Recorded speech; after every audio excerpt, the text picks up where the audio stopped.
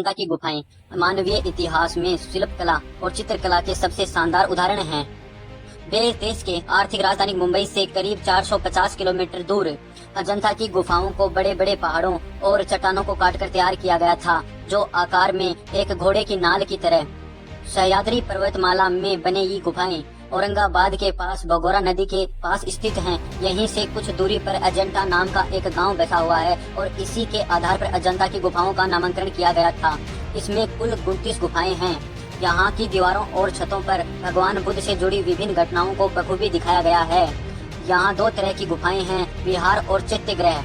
विहार की संख्या 25 है, तो चैत्यगृह की संख्या 4 है। एक और विहार का इस्तेमाल बौद्ध रहने के लिए करते थे और चैत्यगृह का इस्तेमाल ध्यान स्थल के रूप में किया जाता था। इन गुफाओं के अंदर स्तूप बने हैं जो भगवान बुद्ध का प्रतीक हैं। इनकी खोज कब हुई? जंगली जानवरों और स्थानीय भील समुदायों को छोड़कर बाहरी दुनिया के लिए ये अजंता की गुफाएं हजारों वर्षों तक अज्ञात रही। इन गुफाओं की खोज 1819 में मद्रास के रेजिमेंट एक युवा सैन्य अधिकारी जॉन स्मिथ ने की थी। फिर 1983 में इन्हें यूनेस्को द्वारा विश्व विरासत स्थल की सूची में शामिल किया गया। कहा जाता है कि जॉन स्मिथ शिकार की तलाश में निकले थे, तब उन्होंने ये भगोरा नदी के सामने एक गुफा के मुहाने को देखा जो इंसानों द्वारा बनाया हुआ लग रहा था।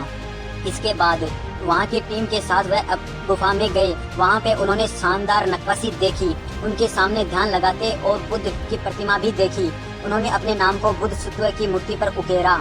स्मिथ के इस खोज दुनिया में तेजी से फैलने लगी। फिर 1845 में रॉयल एशियाटिक सोसाइटी ने मेजर रॉबर्ट गिल को यहाँ पर बने चित्रों की कृतियाँ बनाने के लिए नियुक्त किया।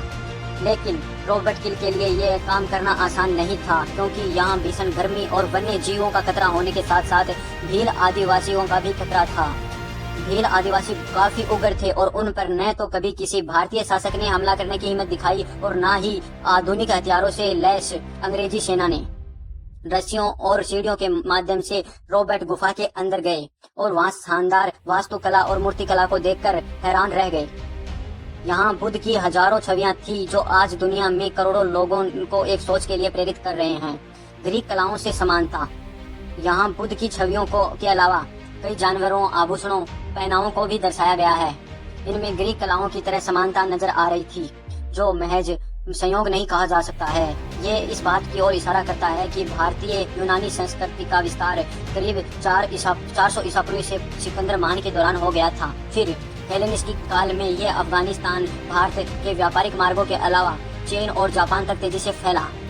रॉबर्ट गिल ने अपनी 27 कैनवासों को दक्षिण लंदन के क्रिस्टल पैलेस में प्रदर्शित किया, लेकिन 1886 में कई कैनवास आग में जलकर राख हो गए।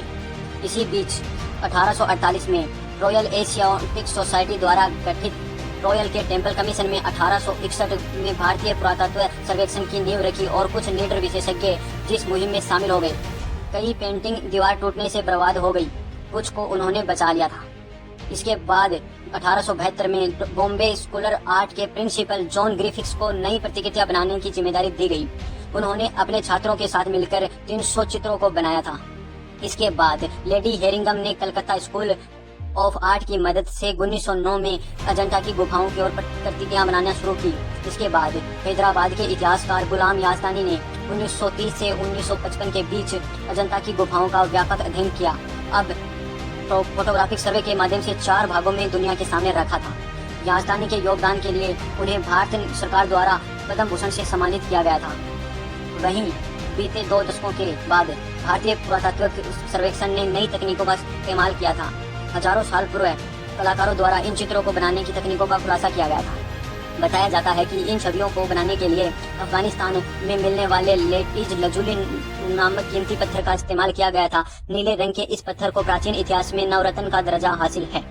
माना जाता है कि अजंता की गुफाएं को सातवाहन काल और वाकाटक काल 2 अलग अलग कालों में बनाया गया है। इन गुफाओं की ऊंचाई 76 मीटर है। ये गुफाएं जातक कथाओं के जरिए भगवान बुद्ध के जीवन को दर्शाती हैं।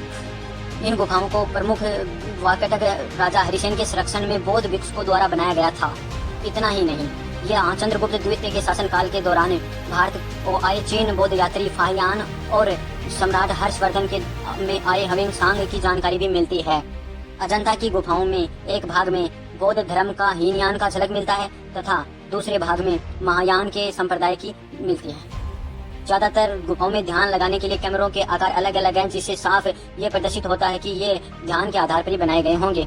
यहाँ छवियों को बनाने के लिए फ्रेस्को और टेम्पेरा दोनों विधियों का इस्तेमाल किया गया है। इन तस्वीरों को बनाने से पहले दीवारों को रगड़कर साफ किया जाता था तथा चावल के महीन गोंद और पत्तियों को कुछ अन्य रसायनों का लेप चढ़ाया जाता था। सदियों बाद इन चित्रों की चमक पहले जैसी बनी हुई है। वहीं इससे करीब 100 किलोमीटर दूर एलोरा की गुफाएं हैं। यहाँ कुल मिलाकर 34 गुफाएं हैं, जिनमें से 17 ब्राह्मण, 12 बौद्ध और 5 जैन धर्म से संबंधित हैं। इन गुफाओं को 5वीं से 11वीं सदी के बीच विदर्भ, कर्नाटक और तमिलनाडु के शिल्प संघों द्वारा बनाया गया था। हालांकि इसकी शुरुआत राष्ट्रकूट वंश के शासकों द्वारा ही हुई थी। ये गुफाएं वास्तुकला के रूप में भारत के विविधता की एकता को दर्शाती है। अजंता की और एलोरा की गुफाएं सबसे खास है भगवान बुद्ध की एक सोती हुई प्रतिमा। इस प्रतिमा की सुंदरता किसी को भी मंत्रमुग्ध कर देती है। सच में अजंता की गुफाएं सदा से ही निर्वाण का प्रवेश बनी हुई हैं।